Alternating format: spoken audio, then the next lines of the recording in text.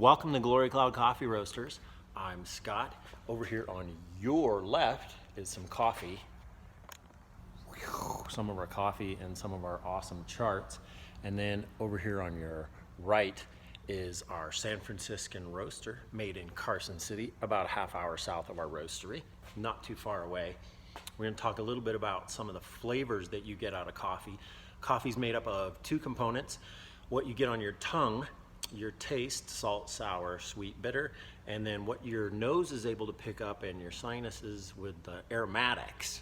And there's a lot more that you can pick up with your nose just from drinking without even doing the old coffee slurp to try and get all your senses involved in that really quick. And that's why they slurp coffee. So when they're doing a coffee slurping, take a spoon and go trying to blow that 1 teaspoon, 1.5, 2 teaspoons of coffee up into your mouth all over, and then you get the aromas going up into your sinus passage so you can pick up all the other flavors, because most of them you don't get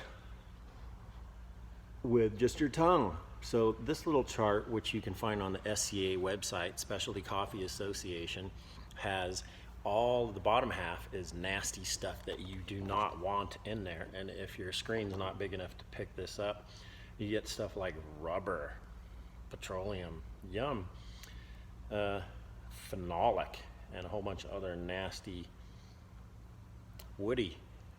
Some people like woody flavor in their coffee, but really it's not supposed to be there in just the roasted beans. There's a whole bunch of other nasty stuff. And then the top of the chart is where you get the good stuff.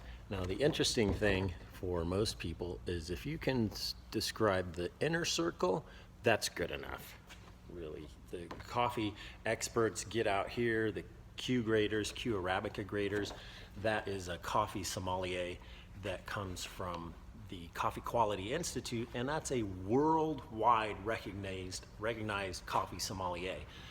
Our roast profiles, as well as our tea selection, are designed by our Arabica Q grader, and he's also a tea sommelier. So we have coffee sommelier, tea sommelier, and that's how we choose our teas and how we've designed our roast profiles for all of the coffees. So every coffee is designed, the roast profile is designed based on the region and the elevation of that bean. So there's a density. As the beans grow at higher elevation, they've had to fight the warm temperatures in the day and the higher or the more extreme cooler temperatures in the evening. So the bean becomes more dense and has to fight to thrive, just like many of you who've had to fight to thrive and survive.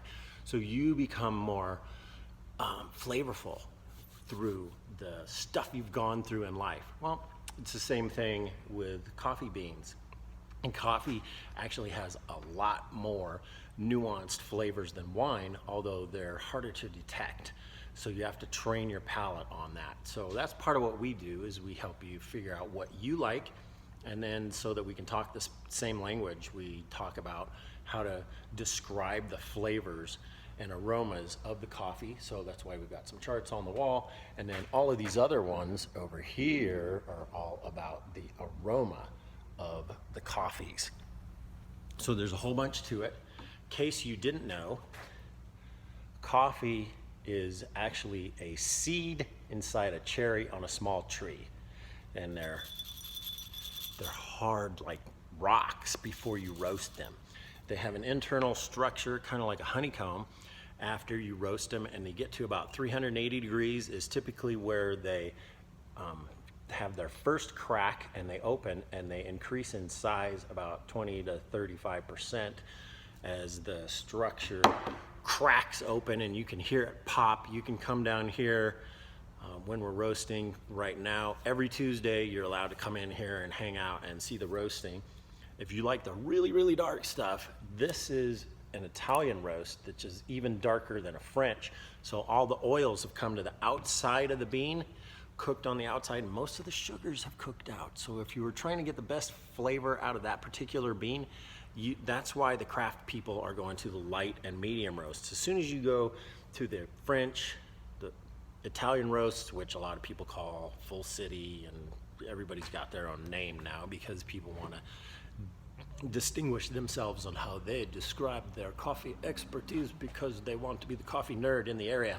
We want to educate you on coffee and tea. We want you to have fun with it.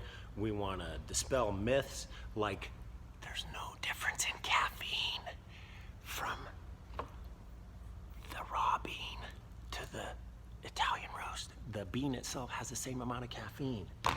How you prepare it can change how much caffeine's in it.